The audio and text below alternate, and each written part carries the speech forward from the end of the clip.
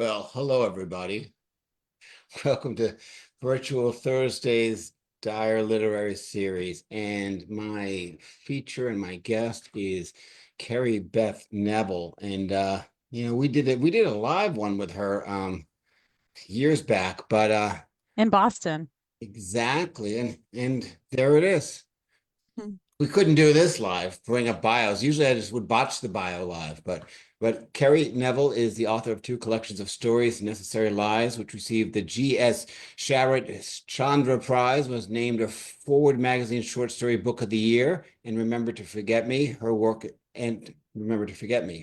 has appeared in publications such as the Gettysburg Review, Epoch, Triquarterly, Brevity, the Washington Post, the Irish Times, and elsewhere, my favorite.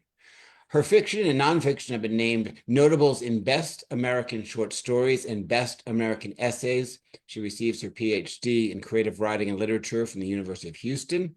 She was a Fulbright Fellow at the University of Limerick in Ireland, where she was visiting faculty in the MA at Creative Writing program. She lives in Milledgeville, Georgia, and she teaches, that's understating it. She teaches at the Georgia College and State University. She's the chair of the English department, and she's also the head of the MFA program, correct? Correct. So That teaching is it correct. a little bit. That's kind of like, it's kind of like going to the Taj Mahal and saying, you know what, I went on vacation. Well, you never know where your biography will wind up in 5 years, like, like what else could be in place, right? Yeah. All right. So I want to turn it over to you, and you're going to read a little something Okay. for us, right? Sure, yeah. Thank you all for coming, and those of you out there watching the live stream, thank you for coming this evening. So I'm going to be reading a short section from my forthcoming memoir, Momma May Be Mad, which is out in early November 2025. And I guess the preview is it's the story of coming back to life after almost dying. It's a story of recovery. It's a story of finding yourself at midlife, a time when, many of us might be trying to figure out who am I and how did I get here, in the words of David Byrne. And so I'll just begin. This comes from I think a section that's sort of towards the middle. The first third of the memoir really is about, for lack of a better phrase, falling apart. Hitting a kind of rock bottom. So I was diagnosed with an eating disorder and bipolar disorder, and certainly that can be hard to live with, both as the person who is suffering from those disorders, as well as the people who are trying to keep you alive, right? And so the first third of my book is kind of about the ending of my marriage, and then really the last, well, the significant portion, 2/3, is about how you come back, right, and how you find joy again in the world. So this section is a little bit about both, I suppose. It's not from the grimmest of the first, 90 pages. It comes from somewhere in the middle. And now that, of course, I'm midlife, I'm wearing my reading glasses all the time. And I'll just begin. In 1852, Charlotte Bronte, depressed about the deaths of all three of her siblings within 2 years, wrote to her longtime friend Ellen Nussey, quote, I am silent because I literally have nothing to say. I might indeed repeat over and over again that my life is a pale blank and often a very weary burden, and that the future sometimes appalls me. But what end could be answered by such repetition except to weary you and enervate myself? I am a single woman and likely to remain single, and I am a lonely woman and likely to be lonely, but it cannot be helped, and therefore imperatively must be borne, and borne too with as few words about it as may be. Close quote. Oh, my dear Charlotte, but for my noisy, incessant pecking at my laptop keyboard, I too was a reluctant stoic, thousands of miles from the bright warmth of my children, and millions more from any real hope for sustained romantic relationship. You are, sorry to say, long departed, though perhaps this offers some relief for your earthly pains. Yet you impressed yourself upon this blank page, and by your inked marks, I heard your still acute longings like a longitudinal sound wave, rolling against me 160 years distant. All that precedes Charlotte Bronte's but, her coordinating conjunction, is connected to a solitude's contentment with facts, singleness of self, and single-minded purpose. But all that follows reveals the alienating shame of loneliness, that want of intimacy, like a lightning bolt to the heart.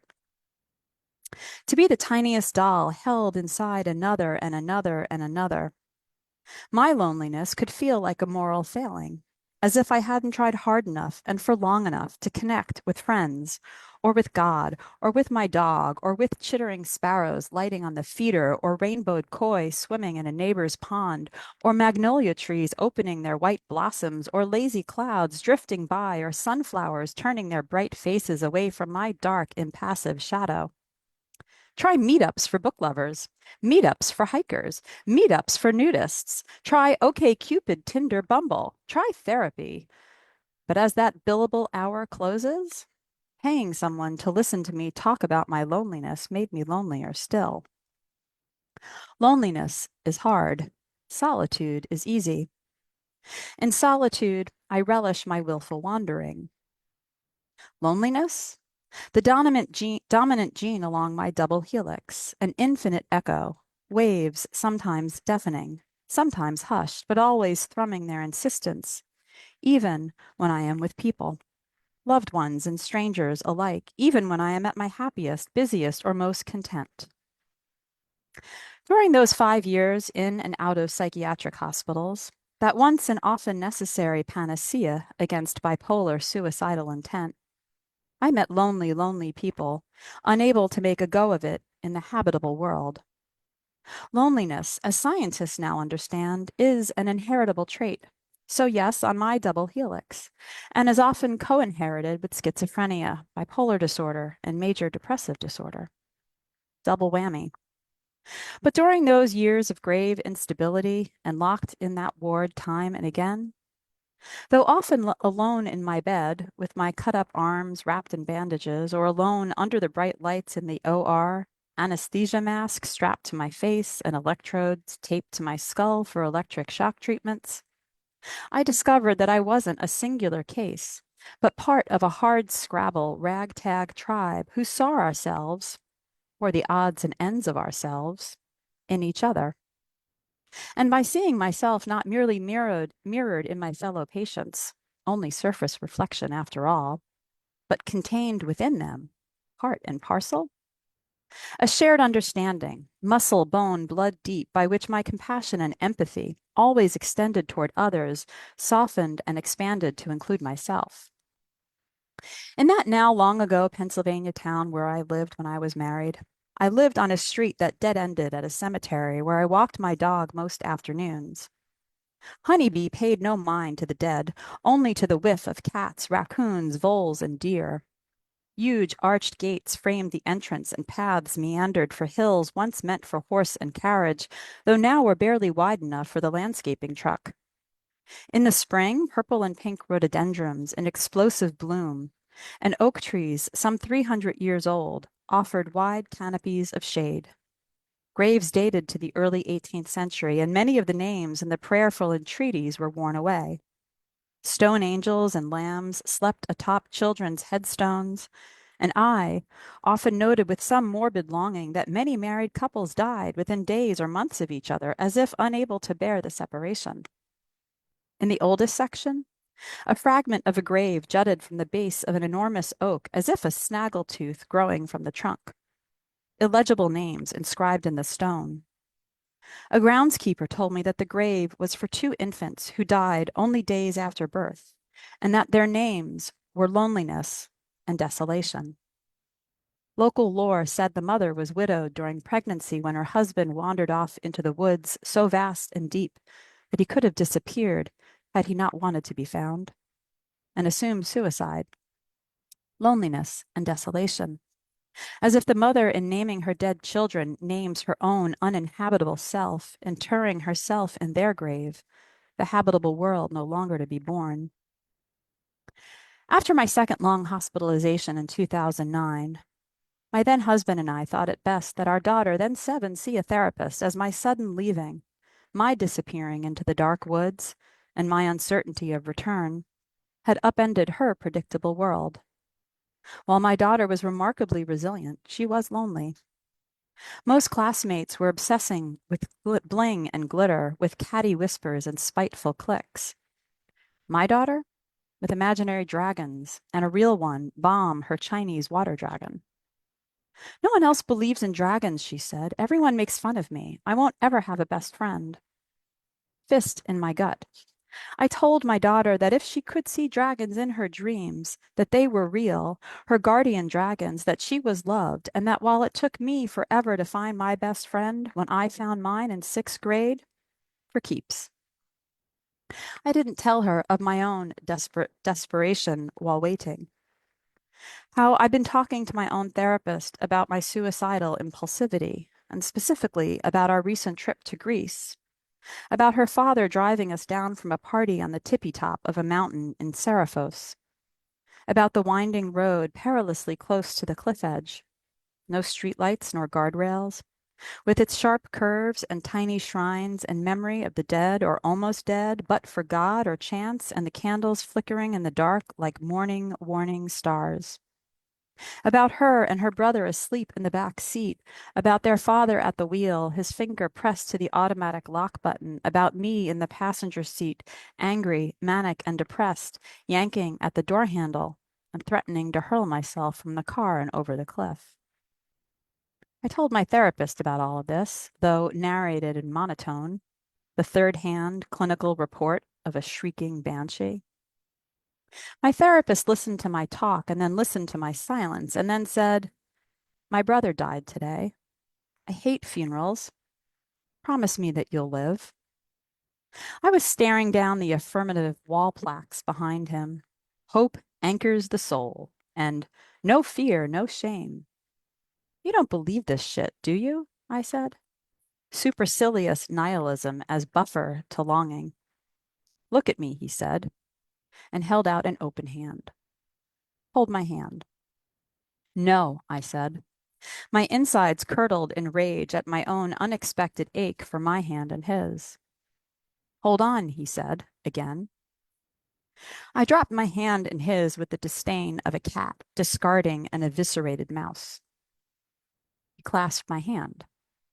"The next time you feel like hurling yourself over a cliff, climb into the back seat between your kids. Hold on to their hands and don't let go." "Fine," I said, a non-binding answer.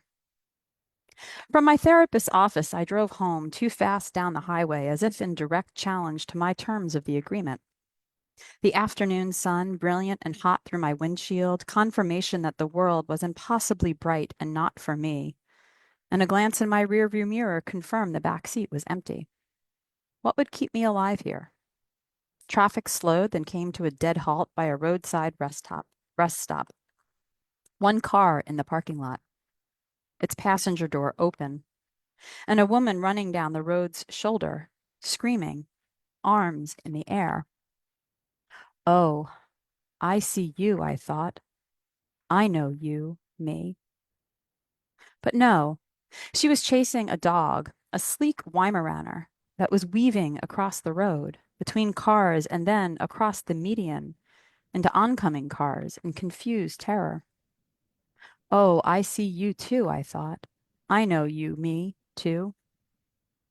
The dog disappeared from my rearview mirror, and then the woman, but I could see with wretched clairvoyance the truck tossing the dog to the side of the road and the woman falling upon its broken body in the ditch, or not finding it, wondering where it had gone, if it had been picked apart by the vultures, thinking, "If only I'd run faster, shouted louder, held on to the leash tighter."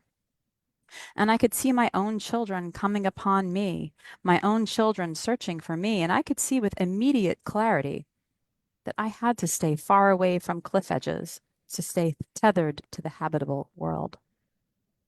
At my next therapy appointment, I said, "Fine. Yes, I'll try to hold on." "Try again," he said. "Say, 'I will, no matter what.'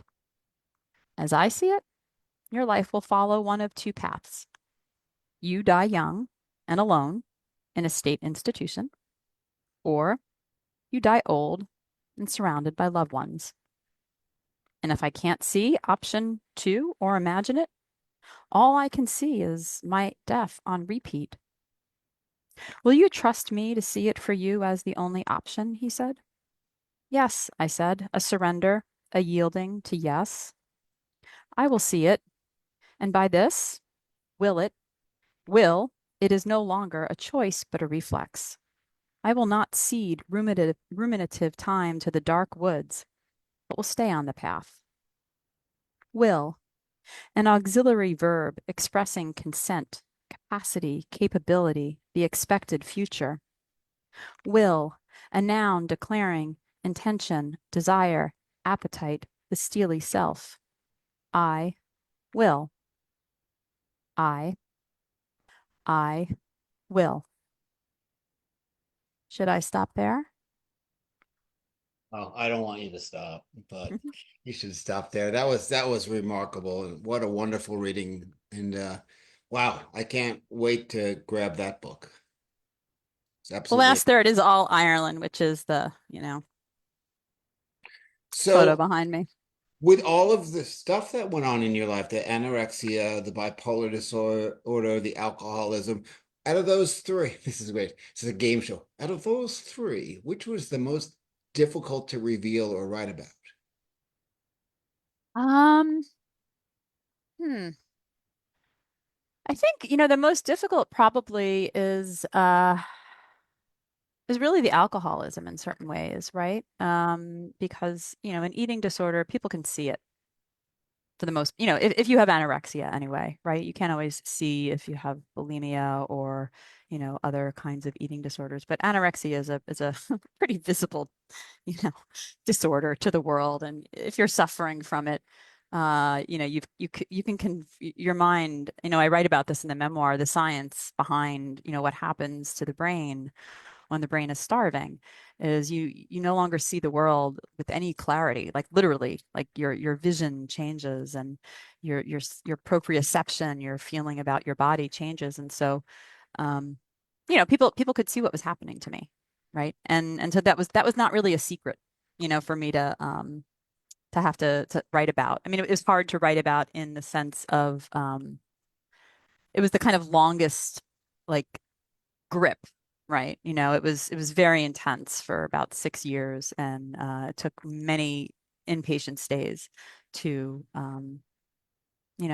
get physically healthy again, to have I guess a more normal relationship with food, and with my body. In terms of bipolar disorder, again, that I sort of had a very public uh collapse is maybe not the wrong word, but reckoning. It was clearly, my moods, my ups and downs were interfering with my, previous work life, and I had to take a leave of absence and then go on medical disability to get stable, and you know, and people knew about that, and friends and family, and so, you go on SSDI as a 39, 40-year-old, without, say, any visible disabilities. People ask questions, and, I'm not one to be coy. I'm not one to, I'm a direct person, so I answer. And, um, and when that was happening and when I was trying to get stable, I was keeping a blog, and, and it was kind of an in time blog of what was happening. Um, and so it was, in some ways, it was the alcoholism was the hardest to write about because perhaps that was the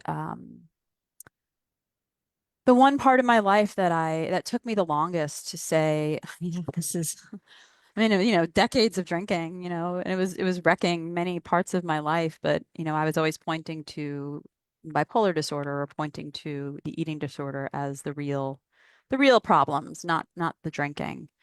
Um, and it was kind of remarkable, once I stopped drinking. I'm now 14 years sober. Once I stopped drinking, my bipolar meds started working. My brain, my brain got happier. And the world suddenly came back to like 3D color for me.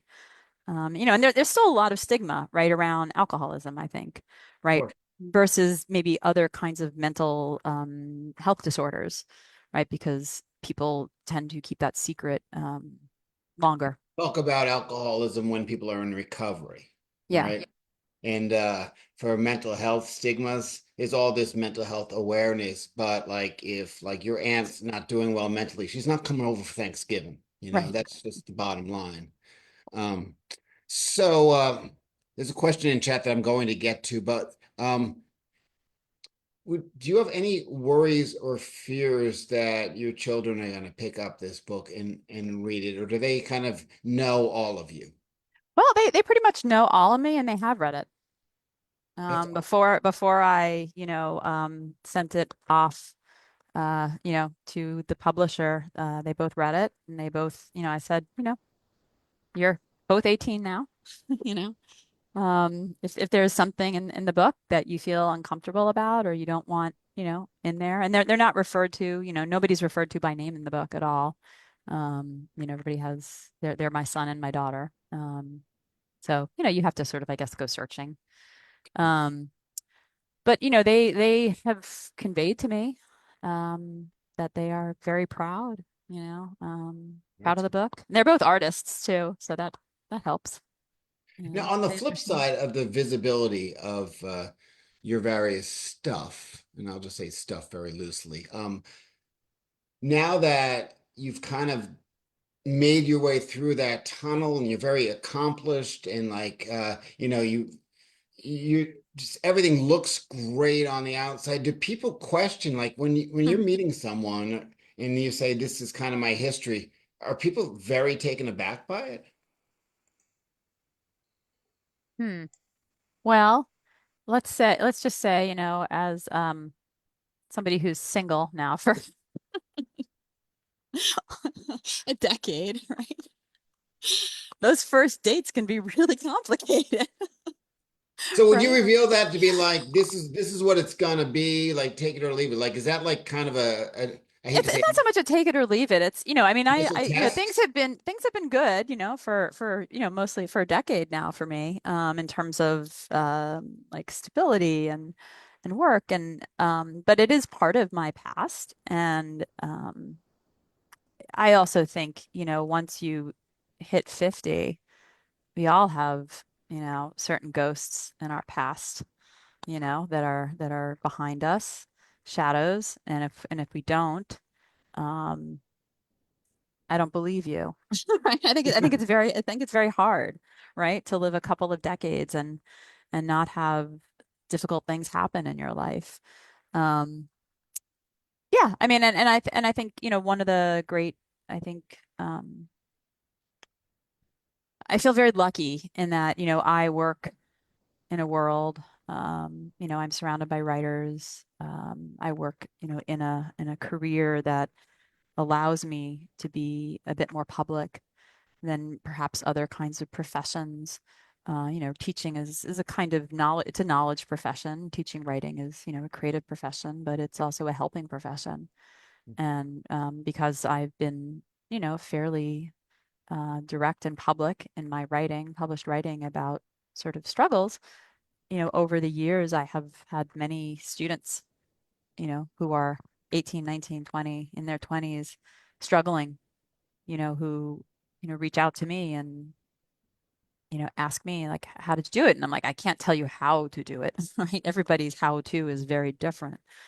But what I can say is, hold on. Like it gets better, and not in that Pollyanna way, right? Yeah. You're always going to have difficulties across your entire life. I mean, but you don't have to think it's the end. So Chica's got her question is first she said that was very powerful, but what surprised you the most about writing this book, if anything? Hmm. Yeah. So I should say the thing that was maybe surprising and really hard about writing this book, one is how long it took. it went through multiple drafts, until it finally found its structure. I left about, 200 pages on the cutting room floor. But the really difficult part was, I had, when I was sort of at the bottom of bipolar disorder, you know, the depression, medications weren't helping, hospitalizations weren't really helping, therapy wasn't helping. And so I had a kind of crazy psychiatrist. And I say crazy only because he was fired from practice eventually. But he was like, well, we're gonna try electric shock therapy. And it's controversial, right? For some people, it works wonders. For me, it did nothing. And in fact, it was pretty detrimental in that, it pretty much wiped out around 5 or 6 years of my like hard drive memory around that time. He kind of went overboard. And there's it can affect there's not a large percentage, but enough people suffer what they call anterograde retrograde amnesia, so that like after electric shock therapy, you can't access those memories around those years anymore. So there's like 5 or 6 years of that time that I don't have. Like, so how do you write a memoir about that? Are Right? you Like resentful for that loss? my I mean I've worked through that, I mean, like it is what it is, you know. Um and I was very lucky in that I kept journals during that whole time, and so I was able to access, you know, my writing from then. I couldn't remember, like, you show me pictures from that time and I had those pictures and I hold on to those pictures. But it's very hard to how do you write a memoir when you can't remember? Those So 5 or 6 years, good years that you no, lost? those, I mean, no, but there are also years that are around the time when my children were very young. So there's a lot of their childhood that I can't remember, and I can remember through photographs. I can remember through what I wrote about it. Um, there was this one interesting, moving moment. At the time, I apparently had been invited to go talk to a book club about my first book, and I don't have any memory of this. And I don't know, a few years later, I was in a store, and this man came up to me, and he said, thank you so much. A couple years ago, you came to my wife's book club to talk about your book, and she and her friends were so, moved by your stories that you were, that they read. And he said, she was suffering from terminal cancer at the time, and that like book club was like one of the joys, Wow. of that time. And I said, what book club? Like I had no. It was. I was like, as if some stranger had gone and talked about my book. It was not there. So it's kind of it's a weird, interesting like experiment of self, right? Who am I if I can't remember, right? And how do you recreate a self? So you also went through an exorcism. So I how did. did Yeah. you conclude that that was going to be the solution? Oh, I didn't conclude that. Again, this was I was in the hospital, and I had a friend who was an ex-priest, and he saw that, well, again, medications, hospitalization, therapy, electric shock therapy were not working. And he was like, well, the ex-priest, I have a friend who's a priest and is a sanctioned, you know, can do sanctioned exorcisms. Like, you want to try it? I was desperate. I was like, sure. I mean, I guess why not, right? I'm also, still a writer, even though I'm suffering. And I'm like, this is an experience, right? To try. Um, yeah, so we had an exorcism in my hospital room. The priest came in and, he did his thing, and then, trying to cast out the demon. Um, didn't work, but makes for a good story. So what gives you the most joy now, and what place is the most joyous for you? Gives me the most joy. What gives me the most joy? I mean, there's a couple ways to answer that, right? So one, I could say I'm back to riding horses, right? And I ride horses, and that's part of also this memoir. Riding horses really is something that saved my life at that time. Um, and so I'm back to that, and that's, complete. absolute joy because, your intellectual self gets, left at the barn door and you're on this like, enormously powerful like being and you have to find a way to work together to not get thrown and um, not run into trouble. What gives me like in terms of like self experience, self in the world, the most joy, um, knowing that I mean, resilient is an overused word, but I sort of have this feeling like I can get through anything now. Like this is what I tell people. I'm like, like I got through my divorce sober. Like I got sober before my divorce, and I got through my divorce sober. I got through, a kind of challenging move, like sober, and and I still have, um, you know, moments of depression 'cause I still, have bipolar disorder, but at least, when I'm stable and taking my, my lithium, um, I love the clarity that I have about the world and about myself and not being afraid and um, not really caring what other people, not in a callous way, think Yeah. about me or my story. It's like it is what it is. And I mean, I could wish it away, but I can't. And then, well, you said happy place. It's the photo behind me, Ireland. That's from the County Kerry, Killarney National Park. I'll be there actually next weekend in this park. I've been doing a lot of work in Ireland, writing, teaching, affiliated with the University of Limerick, and four of my great grandparents emigrated from Ireland. So I feel the weird DNA in the body connection when I land there, and yeah, the language. I'm learning Irish. Díogwich, Conasata tua, Gama, Kame Gama, Kame Tirsak, Agus Tuhain. Um, That's very good. yeah. You know what? I remember when you first, I've been sitting on my hands this whole interview because when I don't, I just do this the entire thing. Um, so I remember when you first went there and your posts when you got there and you were kind of discovering Ireland and the university, it was just so joyous. Yeah. I mean, Ireland is not Nirvana. I mean, people in Ireland don't think of Ireland as Nirvana. I mean, they have they have their irritations. And I'm sure, if I was there full time, the kind of romantic, haze would fade away. But so far it hasn't. And, I have really good friends there now. And I love Limerick because it's a working class city, in many ways. It's still kind of gritty. Its name in the 1980s was called Stab City because, Nice.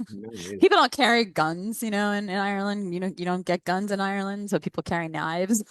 So Nice there was a lot of control. like drug violence in Limerick, and so people were stabbing each other all the time. But Well, when they invent the semi-automatic knife, then I would be a little bit exactly. more worried. Yeah, So but also, but also just to follow that up, Ireland is also a place where people read books, poetry. They know poetry. You get into a taxi or now I guess an Uber, and your Uber driver can recite Seamus Heaney.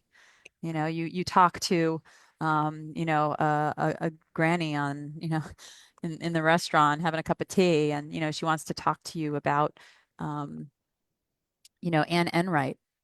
People carry books, they buy books. One of the great remarkable things was during COVID lockdown, book sales in Ireland skyrocketed because people were just buying books and reading. Um, that's I think I read a recent stat that in the US, most adults don't read more than one book a year, wow. which, yeah. So you have inside, do you have any inside information as the chair of a department about where things might be headed toward colleges? I mean, I'm not all that excited about the news I've been hearing lately and student loans being discontinued and people that owe student loans are being asked to pay up and the grants are all being cut. What are you hearing from the inside? Um, I mean, my inside is fairly quiet. Like my literal inside is fairly quiet. We haven't been asked. We're not a big research university, so we don't, our funding is fairly stable. But I will say existentially, I think everybody in higher ed is, well, I shouldn't speak for everybody, but at least, many of my friends who teach in the humanities feel, lots of eyes are on us, are kind of worried about, um, freedom of speech in the sense of what can we teach in the classroom, right? How do we teach diverse voices and, not get flagged and wind up on some list? Um, I think there's a larger conversation beyond even, federal funding being cut, but also, there's AI, right? How is AI going to impact Mhm. universities, the teaching of writing, the value of writing, art, right? My daughter's a film animator, and her industry is really trying to reckon with how AI is, upending the livelihood of artists. So yeah, Well, on that note, it was so great to have you thank you. here and talk to you and hear about your book. Now, your new book is called Mama May Mama Be. Baby Mad. Yeah. There it is. And here is a cover. If you want to do the short, I didn't even get to talk to you about the difference Oh, with the arc, geek yeah. out about the arc of short stories going into the arc of a memoir, but that's for another time. And there's also Remember to Forget Me. So those are the books.